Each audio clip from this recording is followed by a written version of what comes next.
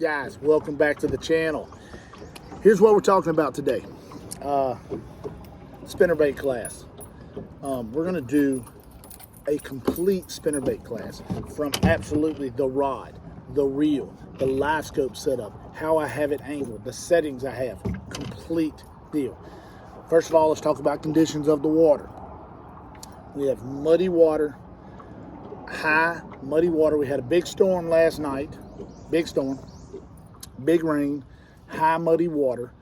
The fish, obviously, we're going to be fixed on trees. It's one of the, it's just one of the little areas that we fish around Louisiana. It's just what we do. So, high muddy water, trees, huge storm last night. I'm about 6 hours behind what Lake Fork on the Elite Series is getting right now. So here we go. Let's start to break it down. Let's go. All right, here's what we're going to go with first. Let me try to get this angle a little bit better here.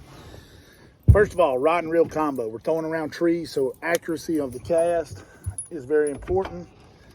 Accuracy of the cast, very important. Today, just for no apparent reason, I picked up a 6'6".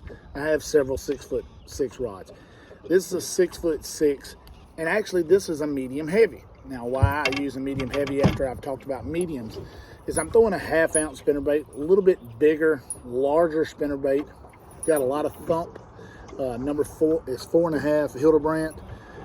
Got a small, I guess that's like a number 2. Let's see what it actually is. That's actually a 3.5 Hildebrandt, orange blade, muddy water, chartreuse and white. And a lot of times what I do is I paint the head red. I don't know if it helps or not, but that's what I like to do.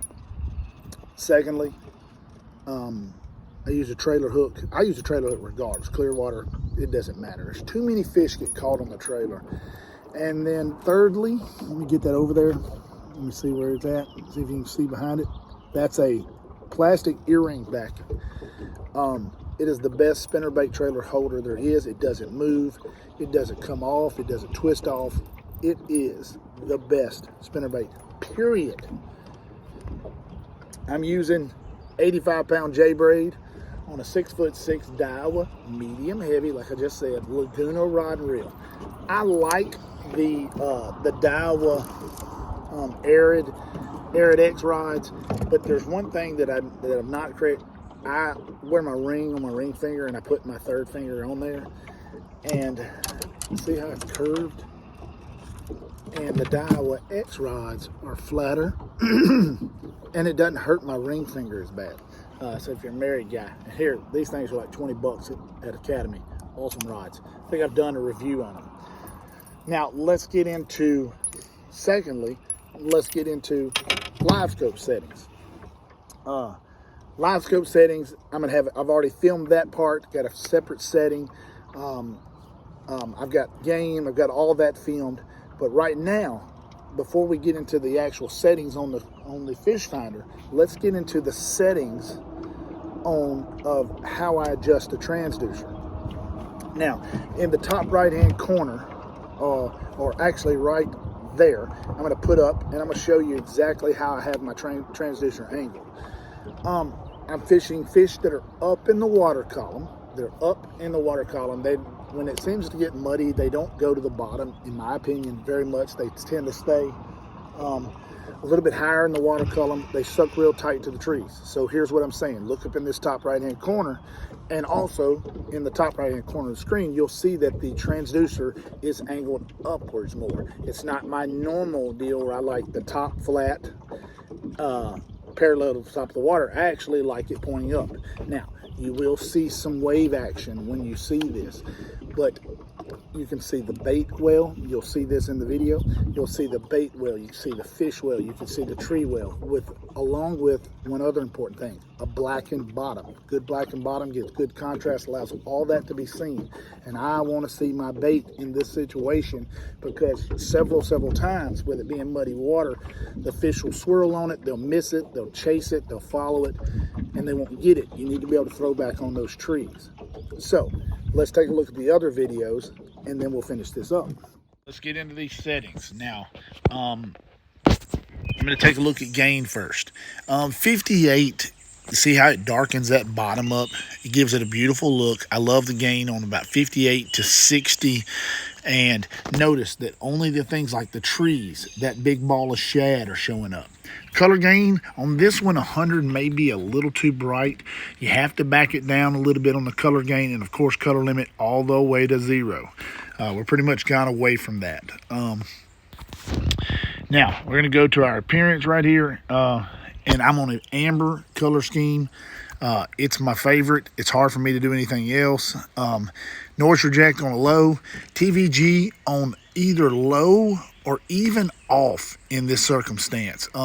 You're in shallow water. You're in about 30, you're only shooting it out about 30 feet.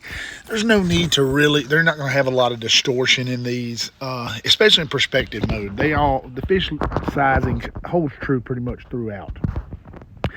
Now what we're going to look at in this whole thing right here is, we're going to start showing you what I'm seeing. Now notice how everything is real black and you see those half moon semicircles. What that is, those are the cypress trees that I'm fishing.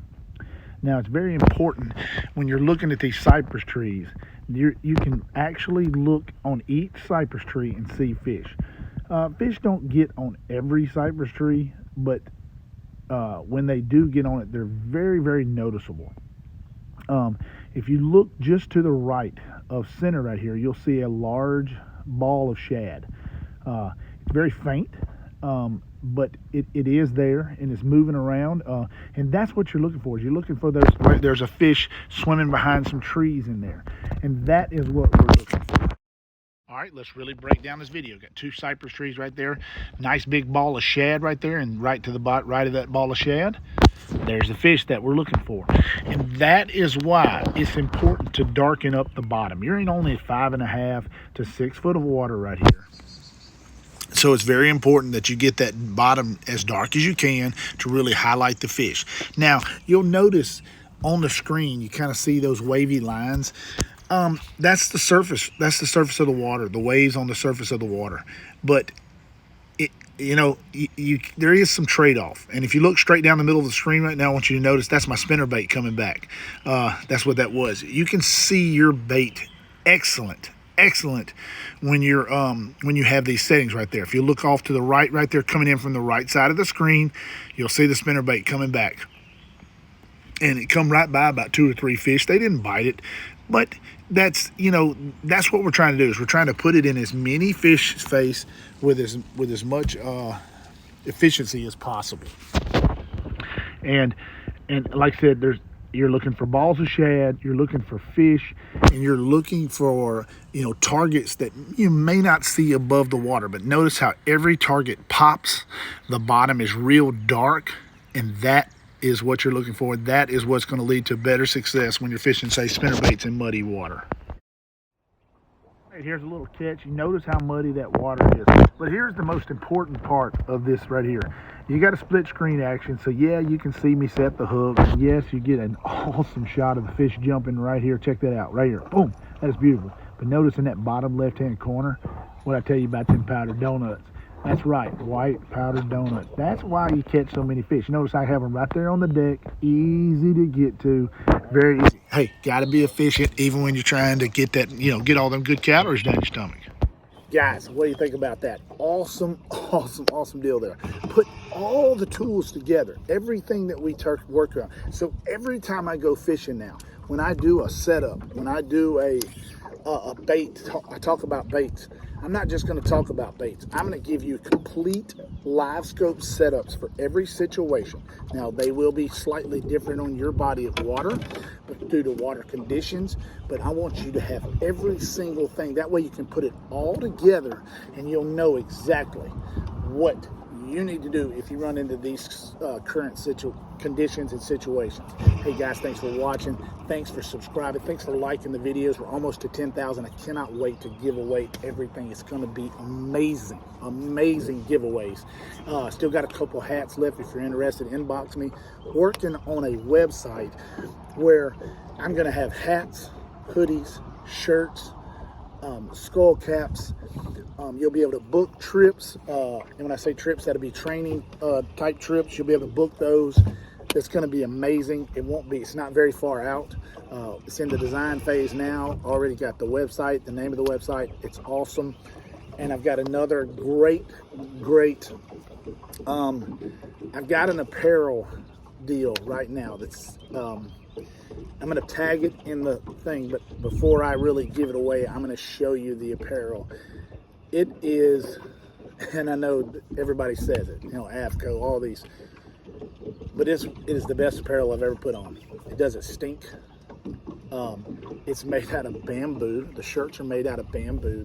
They're wick moisture amazing. They have great UPF. Hooded shirts. I mean, I've never seen a company like this, and I'm telling you right now, you're gonna get on board with one of the most amazing things, and you'll be able to go to it, buy it. It's way cheaper than AVCO, way cheaper than all the Magellan and all the other stuff, and it actually feels good. It actually feels good. I wear it around the house. But before we get crazy with that, that's a whole separate video. But guys, thanks for watching, thanks for liking, thanks for subscribing, and you know, ding ding, ring the bell.